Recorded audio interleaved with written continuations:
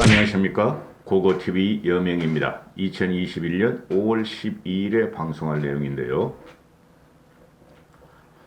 제가 일관되게 지금 중원에 윤석열 총장이 깃발을 꽂고 김종인을 전략가로 모셔야 한다 하고 방송을 하는데요.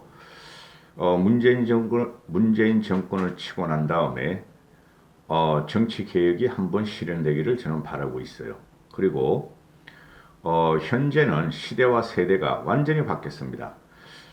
기존의 국힘과 또는 더불민주당 가지고는 국민들이 대단한 고통을 받습니다. 정치 개혁을 하는 과정에서 잠시의 혼란이 오더라도 해야 될 시대적인 소명을 계속 김종인 씨가 지금 말하고 있다는 겁니다. 제가 누누이 말씀드리지만은 저는 김종인 씨나 어떤 정치인들도 좋아하지 않습니다. 그런데 김종인 씨에 대해서는 경세가라고 저는 표현을 했어요. 경세가. 그리고 좌우를 넘어서 유일하게 생존하고 있는 전략가다 하고 말씀을 드렸는데요. 김종인 씨에 져서 영원한 권력은 없다 하는 것을 저번 주까지 읽었는데요.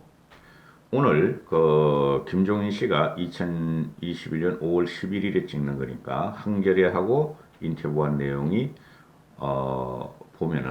내용을 보면은 김종인 씨에 져서 영원한 권력이 없다에서 나오는 말들이 대부분 중복되어 있습니다.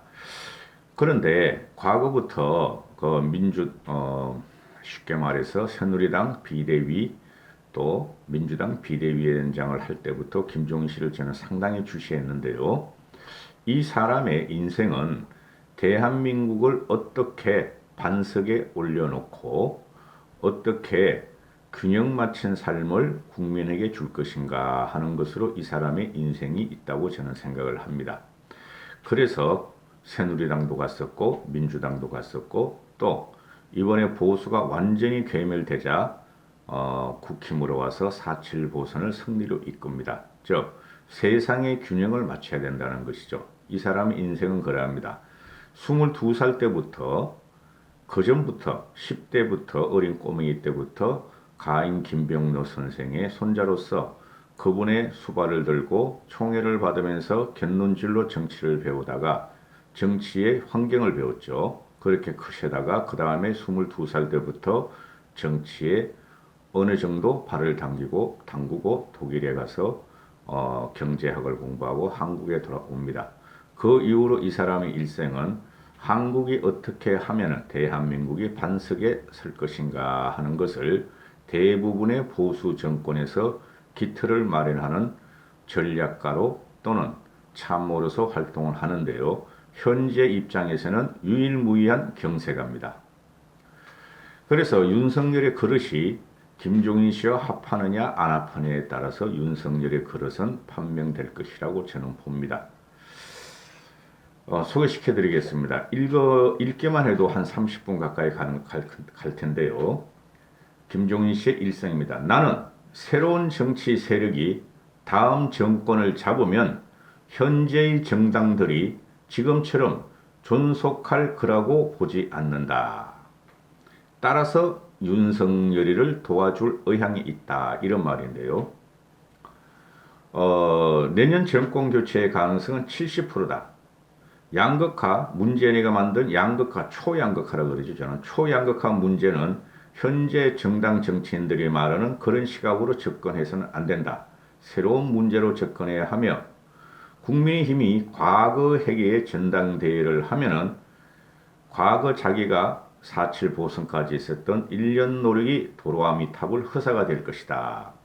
그리고 현재 국힘에서 김웅, 이준석 또 김은혜 이런 사람들이 당대표를 지금 출마를 하는데 왜 이 사람들이 돼야 하면은 과거 정치와 인연이 없는 사람을 대표로 뽑는 게 국민 앞에서 현명한 것이다. 그리고 제가 계속 말씀드리는데 1년 반 동안 제가 말씀드린 거예요. 민주당의 선거 패배는 부동산 폭등 자체보다는 조세 저항이다. 조세 저항이에요. 이거는 우리나라도 박정희가 무너질 때, 전두환이 무너질 때, 그리고 프랑스 혁명과 미국 혁명 같은 경우가 다 조세 저항으로 나오는 겁니다. 현실적으로 아직까지는 재산세와 부동산세, 종부세가 공포스럽게 와 있지만은 우리가 알지 못하는 간접세를 우리는 너무나 내고 있고 우리가 쓸 돈이 없어지고 있죠. 올 연말이나 내년 되면은 종부세와 재산세는 공포로 다가옵니다. 그게 1%만 또는 3%만 종부세를 부과할 것이냐, 그런 문제가 아니에요. 이거는 그거 말씀드리려고 하는 게 아니고, 그리고 야권이 정권을 잡으면 반드시 정계 개편이 되고 개헌 얘기가 나올 것이다 하는 거죠. 그 얼치기 떨치기 나이 먹은 사람을 뽑아보는 그런 개헌 아니에요. 이 사람이 말하는 것은. 먼저 말씀드릴게요. 그러면 야권이 정권을 잡으면은, 제가 그래서 총선까지 2023년 총선까지 방송을 하기로 마음먹은 것이 뭐냐 하면은, 야권이 대권을 가져오더라도 민주당 애들이 180석을 갖고 있어요. 그러면은 민주당 애들이 180석을 갖고 대권 대통령을 갖다가 그렇게 흔들어 버릴 텐데 전국이 편안하겠습니까? 그래서 정계 개편을 윤석열이 나오는 순간 정계 개편이 시작되고 윤석열이 당선되는 순간 정계 개편은 일어나는데, 민주당이 허물어지고 국힘이 허물어지면서, 그죠? 윤석열이 대통령이 된다, 이런 시나리오 아니에요 지금. 그런데 그럼에도 불구하고 윤석열이가 대권을 잡으면 과반 이상을 못 가져오니까 흔들릴 거 아니에요. 윤석열이가 보수 중도 정권이라고 하면.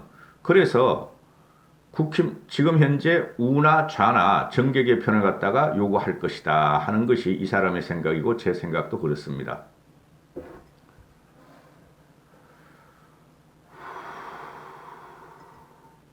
신문에 나는 거 윤석열 기다리는 게 아니다, 나는 누구를 기다린 적도 없다, 그렇게 도와줬는데 결국에는 말이지 자기를 배신하더라. 응? 그래서 이제 누군가를 돕는 그런 짓은 안 하려고 한다. 그런데 한겨레 신문의 이 기자가 하는 말이, 그 말을 액면 그대로 받아들이긴 힘들었다. 김종인 씨는 누군가를 분명히 기다리고 있었다. 다만 그 대상이 특정한 인물은 아닐 수도 있겠다 하는 생각이 기자가 들었다. 어쩌면 김종인 씨는 어떤 국면이나 사태, 경세가 김종인의 개입을 요구하는 비상 상황을 기다리는 것인지도 몰랐다. 지금까지 그를 필요로 하는 상황은 대체로 권력이 한쪽으로 급격하게 쏠려 힘의 균형이 붕괴하려는 파국에 전야했었다. 궁금증은 임태부 막바지에 풀렸다. 그가 기다리는 건 정치적 힘의 균형을 안정적으로 지속할 수 있는 권력 구조의 개편, 분권형 개헌이었다. 이런 구상 안에서 윤석열이란 개인은 개헌이 불가피한 상황을 촉발할 수 있는 가장 유력한 매개자에 가까워 보였다. 상황에 따라 윤석열이 아닌 누구라도 대체 가능한. 그래서 이 김종인 씨가 5년 전에는 민주당에서 비대위원장하고, 그죠? 그 전에는 국힘에서 비대위원장하고 새누리당에서. 그런데 이번에는 국힘 비대위원장을 했는데 개인적 영달을 위해 자리 하나 얻으려고 그런 게 아니고, 2016년 민주당은 야당으로서 구실을 못하고 무너질 상황이었다. 국힘도 작년 4.15 총선 패배에 처참하게 패배 정당으로서 기능을 제대로 발휘하지 못할 상황이었다. 그래서 나 김종인은 대한민국 정치에서 어느 한쪽 정당이 너무나 무력해지면 민주주의가 제대로 작동하는데 문제가 생긴다고 생각하는 사람이다. 그래서 민주당 요청도 국힘 요청도 수락한 거다. 여야가 균형을 맞춰야 제대로 굴러가는 게 정당이다. 이렇게 말을 하고요. 제 사족을 붙이면 너무 길어질 것 같아요. 그래서 기자가 김종인이 나가자마자 도로 한국당이 되게 생겼다 하는 염려가 많다 하니까 김종인 씨가 단정짓긴 이러다.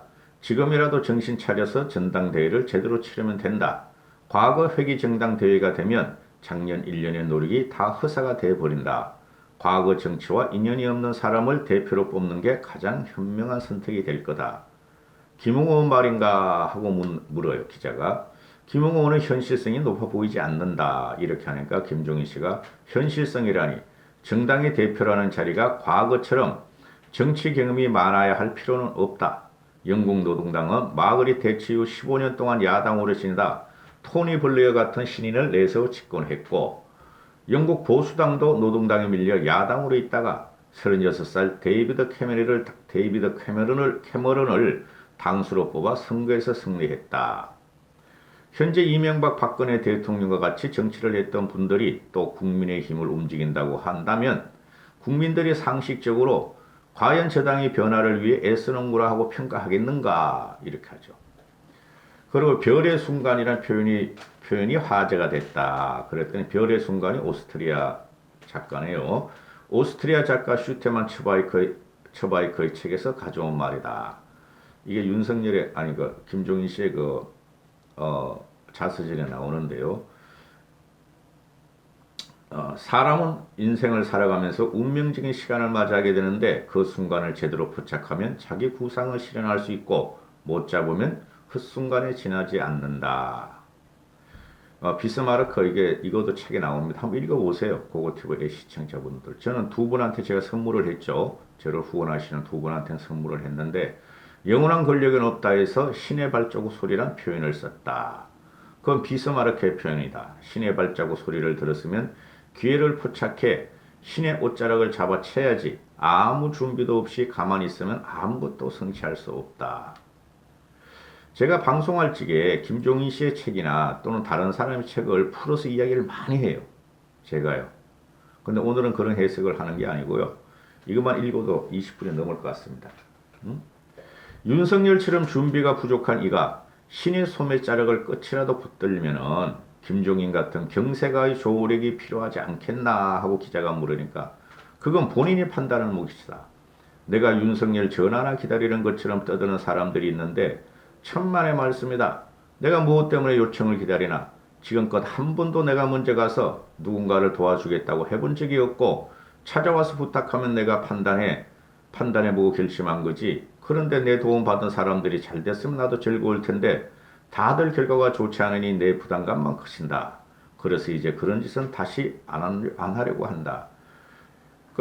김종인 씨의 자서전을 읽어보면은 김종인 씨가 30대 초에 교수가 됩니다. 그런데 박정희도 찾아와서 자기를 도우라고 그러고 전두환도 찾아와서 자기를 도우라고 그러고 뻗치다가 계속 가요. 김종인 씨는. 노태우도 들어와서 자기를 도우라고 그러고 그런 형국입니다. 그 다음에 노무현도 도와달라고 그랬고 박근혜도 도와달라고 그랬고 문재인도 도와달라고 그랬고 요번에 국힘도 지들이 가서 사정에서 도와달라고 그랬어요. 물론 박정희, 전두환, 노태우는 군사정권이니까 끓이낌 했지만은 안 도와줄 수가 없었다. 그거 다 나옵니다. 자세히 읽어보시면은. 그걸 지금 말씀드릴 게 아니니까. 윤석열 쪽에서는 기별이 없나 하고 물으니까 나한테는 묻지 마라. 난 누굴 기다리는 사람이 아니다. 방송 인터뷰에서 차기 대선의 시대정신으로 변화를 꼽았다. 시대정신이라는 게 너무 막연하지 않은가? 제가 그랬죠. 윤석열은 공정과 정의를 갖다가 선점을 했고 시대정신으로 그 다음에 변화를 김종인 씨가 던져줬다. 그죠? 그럼 윤석열은 변화는 무엇인가? 윤석열은 지금 정리가 안 돼요. 제가 볼 적에 솔직히 말해가지고. 김종인 씨가 하는 말이 지금까지 해오던 정책을 전반적으로 뜯어야 고쳐야 한다는 것이다. 변화라는 것은 코로나 위기가 안 그래도 심각했던 사회경제적 양극화를 더 악화시켰고 이를 해소 완화하려면 기존의 정책 가지고는 안 된다. 대기업 중소기업 관계든 노동시장 양극화든 출산율 급락이든 지금까지는 완전히 다른 정책이 필요하다. 그러려면 정치가 먼저 바뀌어야 하고 지금처럼 국민의 불신만 받아서는 아무것도 해결하지 못한다. 문재인이가 안 한 게 있죠. 노동시장 양극화. 안 했죠. 그거 뭐 정규직 했다가 말이야. 비정규직만 양산했죠. 그 다음에 출산절 정책 하나도 안 했죠. 연금계획 하나도 안 했죠.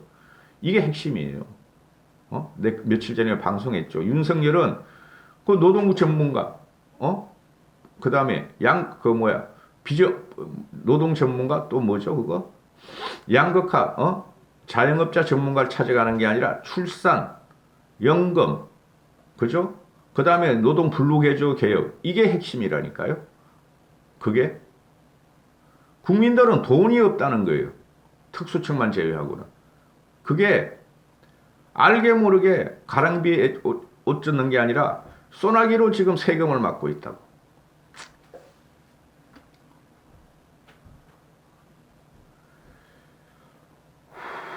양극화 불평등 대체가 핵심이고 변화도 이를 필요하다는 얘기처럼 들린다 하고 물으니까 부동산가 폭등 때문에 민주당이 졌다고 하는데 부동산 가격 오르는 것 자체가 폐인이 아니다. 투기를 잡는다고 세금만 자꾸 올렸다. 재산세에 보유세 거기다가 공시가격을 갖다가 왕창 올렸고 그러면 집 가진 사람들이 내야 할 세금이 올라가니까 거기에 대한 저항이 집단적으로 분출한 거다. 우리나라 정치인들이 세금과 정치를 관계를 잘 모른다. 세금의 역사는 정치혁명의 역사다. 세금의 관계는 정치혁명의 역사다. 세금 조세저항 때문에 정권들이 대부분 무너집니다. 대부분. 우리나라도 그렇고 외국도 그렇고. 박정희도 결국은 부가가치세 때문에 무너졌고 그 다음에 전두환도 세금 때문에 무너졌고 전두환 말기에는 말이죠. 엄청난 물가 폭등이 일어나요. 세금의 역사는 정치혁명의 역사다. 그럼 그것이 프랑스 혁명, 미국 혁명을 말하는 것인가? 맞다. 이까지 설명드릴 수가 없고 원래 세금 중에서도 재산세가 조세 저항이 가장 심한 법이다. 그렇죠. 내가 재산을 갖고 있는데 재산을 갖다가 그냥 막 때려버려. 그죠? 착각하지들 마세요. 9억 이상만 재산을 때리고 6억 이상만 재산세 때린다고요? 문재인이라는 사회주의 정책자가 결국은 골고루 다 때려버려요. 그 전에 이 정권을 갖다가 무너뜨려야 돼요. 김종인 씨의 부동산 정책, 이거는 뭐 말하기가 벌써 20분이 다 돼가고요. 신도시 정책, 이것도 그렇고. 자, 민주당과 국힘, 거대 양당에서 모두 대표를 다 해보셨는데 어느 당이 더 변화에 능동적인가 하고 물으니까 김종인 씨가 누가 낫다고 할 수도 없다. 그런데 민주당을 보니까 선거에 지고 나서 이건 4.7 보서 선거에도 지고 나서 뚱딴지처럼 개혁이 미진해서 졌다는 얘기가 나온다. 그러면 민주당은 이미 끝난 거다. 민주당은 끝났어요. 국힘이 저 모양이니까 지금 이게 안 되는 거예요, 여러분. 4.15 보선 이후로 총선 이후로 제가 계속 말했죠. 민주당은 끝났어. 조국 사태로 인해 가지고. 근데 국힘 저것들이 지금 문제라니까. 그 말하면 또 이야기 길어지고요. 내년 대선 전망은 어떻게 보는가? 정권 교체 가능성이 70% 정도다. 국민의힘이 앞으로 얼마나 열심히 하느냐에 달렸다. 지금 나오잖아요. 문재인 지지율이 30% 왔다 갔다 해 지금. 그냥 그게 나중에 더 떨어진다고요. 정권 말기에는. 그럼 70% 맞죠. 부정평가가 70%. 국민의힘이 달려있다니까요. 근데 저것들이 정신도 못 차렸어. 안철수 입당 합당 뭐 어쩌고 홍준표 복당 어떠고 저쩌고 당대표 누구 하냐만 싸우고 있으니 근본적인 계획이 안 된다니까요. 국힘은. 그래서 제3지대를 갖고 나오는데 금태섭이한테 제3지대라는 건 없다 한 것은 무슨 말씀입니까? 그랬더니 금태섭이한테 제3지대라고 말한 적도 없다. 지금은 옛날하고 세상이 달라졌다. 국민 지식 수준은 높고 정보도 풍부하다. 그러니까 지금 국힘 저것들이 민주당 저것들은 말할 것도 없고 국힘 저것들이 60대 이상 저 고리타분한 복골들이 이거 해설 붙이면 안 되는데 시간이 너무 걸어져 가지고 저것들이 지금 SNS나 페이스북이나 하고 이러죠. 페이스북하고 설전하고 그런데 그거 이상으로 20대, 30대들하고 우리 40대, 50대들 가지고 오만 그걸 다 해요. 밴더, 틱톡, 뭐 트위터 별걸 다 합니다. 요새는 업무와 계략과 정권 뒤에 흑막이라든가 그런 게 별로 없어요. 다 까디펴지는 정보 홍수 시대고 정보 오픈 시대예요. 그래서 제가 그 사칭 우파 유튜버들을 싫어하는 거야. 걔네가 나오는 것은 과거만 갖고 자꾸 이야기를 하고 사람들을 놀려. 나이 드신 분들을. 정치적 흥망이란 게 없어요. 크게 없어요, 요새는. 그 며칠 있으면 다 나오고 응? 과거같이 말이죠. 30년 전에 그 무슨 비사, 회고록 이런 게 나올 때가 아니에요, 요새는. 그래서 SNS가 정보가 높고 깊고 넓어. 그러니까 과거 정당처럼 여론 수렴 및 확산, 동원 기능이 꼭 필요한 것도 아니고 대선에서는 국민에게 지지받는 후보자 한 사람만 나오면 그 자체 세력만 갖고도 선거를 치를 수 있고 기존 정당을 합류시킬 수 있다. 그래서 대선 같은 특수 상황에서도 제3지대의 세력군이 더 커진다는 뜻인가 하고 물으니까 대선은 다른 선거와 달리 정당보다는 후보자의 중요성이 크다. 대선은요, 인물 중심으로 가요. 당에 인물이 있으면 좋은데 당에 인물이 없으면 인물을 따라가요. 안철수는 인물도 아니고 반기문도 인물 아니고 고건도 인물 아니고 결사적인 저항과 파괴력과 대중성 있는 사람이 돼요. 미래를 선점하는 자. 대선은 미래를 선점하는 거지 과거를 심판하는 게 아니에요. 엄밀히 따지면은. 최장집이가 한국민주주의를 떠받치는 것은 어제 그저께 발표했죠. 최장집이가 한국민주주의를 떠받치는 것은 진보 보수를 표방하는 정당 간의 경쟁인데 촛불과 탄핵 이후에 정당 간의 균형이 무너지면서 민주주의가 위기가 왔고 망가졌다. 이렇게 물으니까 김종인 씨는 내 생각하고 정확히 같다. 고고티브의 생각도 정확히 같다. 촛불 혁명하려 하는데 시민 촛불 혁명하려 하는데 그게 무슨 혁명이야? 혁명은 레짐 체인지잖아요. 체제 변화죠. 국회 해산하고 정부 해산하고 모든 것을 전복하고 혁명이 아니죠. 그래서 4.19가 정권을 붕괴시켰잖아요. 이승만을. 그게 혁명이라고 할 수 있어요. 그리고 5.18 혁명은 혁명이 아니죠. 전두환은 건재했으니까. 그러니까 5.18 민주주의 억울하고 보면 돼요. 그리고 촛불 넣은 애들이 대선 때 문재인은 41%뿐이 안 찍었어. 60%는 안 찍었단 말이에요. 그런데 이것들은 계속 혁명정부라 그러면서 국민을 속이고 압박했고 대한민국 균형을 무너뜨렸다. 기자가 묻습니다. 결국 중요한 건 힘의 균형인가? 여와야 보수와 리버럴 사이의 균형인가 물으니까 김종인 씨가 그렇다. 4.15 총선에서 민주당이 사실상 180석을 차지했는데 87 체제 이후에 국회가 이렇게 여당이 180석을 차지한 것은 한 번도 없었다. 그게 누구 책임이에요? 박근혜와 보수우파를 자랑하는 TK 세력의 책임이라는 거죠. 저는 한이 있어요. 어떻게 이런 식으로 정권을 헌납했는지.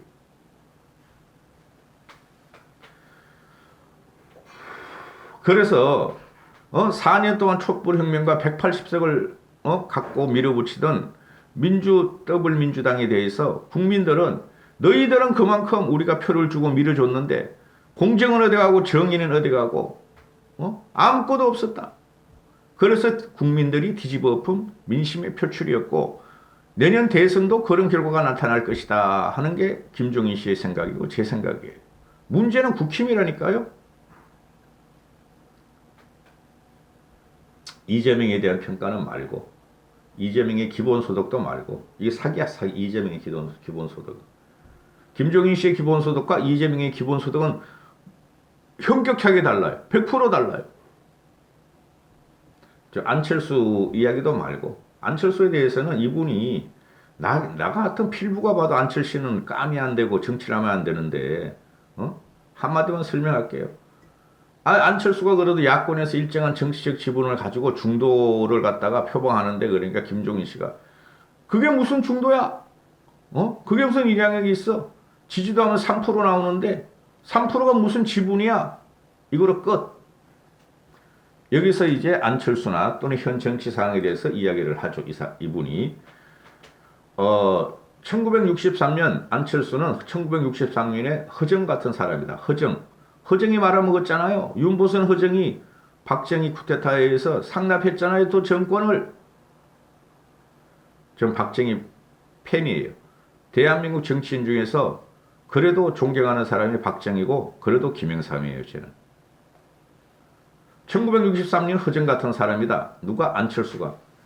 그다음 그 해에 대선을 앞두고 할아버지가 박정희에 맞서 윤보선, 허정 후보 단일화를 이루려고 이범석까지 넷이 이거 그 자서전에 나와요. 할아버지가 박정희에 맞서 윤보선, 허정 후보 단일화를 이루려고 이범석까지 넷이 자택 2층에서 12시간 동안 담판을 벌였다. 그런데 서로가 당신이 양보해라 하면서 반복하다 끝났다. 이거 김대중, 김영삼도 똑같죠. 뭐. 김대중, 김영삼이 민주당 출신이잖아요. 그죠? 심파, 구파에서 심파 출신, 구파 출신. 기억도 안 난다. 그런데 걔네들이 다 망쳐버렸잖아. 결국 윤보선, 허정 둘 다 후보를 등록하고 레이스가 시작됐는데 허정이 해보다가 안 될 것 같으니 중도에 포기했다. 그때 깨달은 게 어차피 안 될 사람에 대해서는 처음부터 단호하게 안 된다고 말했어야 하는 거다. 나는 할아버지의 실패를 다시 반복하지 않겠다고 당시 20대에 마음 먹고 이번에는 오세훈을 끝까지 후보로 밀어 관철시켰다. 자, 그러면은 지금과 같은 구조로 권력 구조를 73년 동안 국가를 운영했는데 국민 대다수가 성공한 대통령으로 꼽은 이가 한 사람도 없지 않느냐. 이쯤 되면은 권력 구조에 문제가 있다는 건 다 안다. 다 알아요. 그 국힘 애들도 알고 민주당 애들도 알아요. 그래 때만 되면 개헌론을 갖고 나오는 거야. 지네 이롭게. 응? 그래도 개헌은 대선 주자들의 강한 의지, 거대 정당 간 합의가 없으면 불가능하지 않습니까? 하고 물으니. 그래서 나 김종인이가 말하기를 내년에 새 정권이 출범하면은 개헌 문제는 필연적으로 제기될 수밖에 없다. 내가 정권 교체 가능성이 70% 된다고 말하지 않았느냐. 만약 야당이 정권을 잡았는데 국회가 민주당 180석 구조 그대로라면 정부 구성이 되겠나? 무슨 방도를 짜내지 않을 수 없다. 권력 구조 문제가 자연스럽게 거론되는 거다.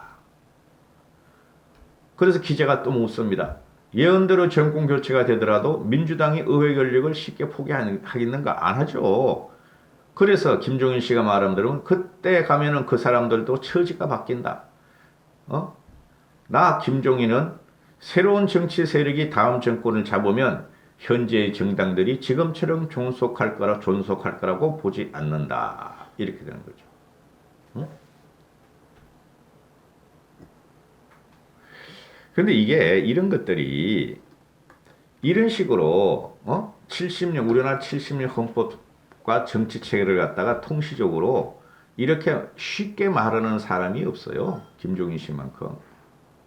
그냥 문재인이나 김무성이나 저쪽에 뭐 국힘 쟤네들이 아무것도 몰라. 김종인 씨 말하면. 요번 영상은 욕 하나도 안 했습니다. 김종인 씨는 말이죠. 경세가예요. 제 같은 필부가 볼지에는. 윤석열이는 빨리 김종인 씨한테 가서 사살을 받아야 돼요. 윤석열이가 대통령 되고 난다면은 김종인 씨의 영향력에 벗어나면 되는 거예요.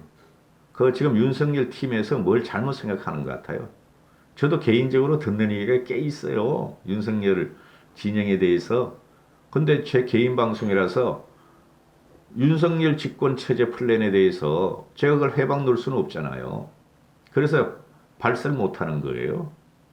꽤 들어요. 저도 윤석열의 지금 움직임에 대해서. 여기까지 하겠습니다. 감사합니다. 보고TV 여명이었습니다.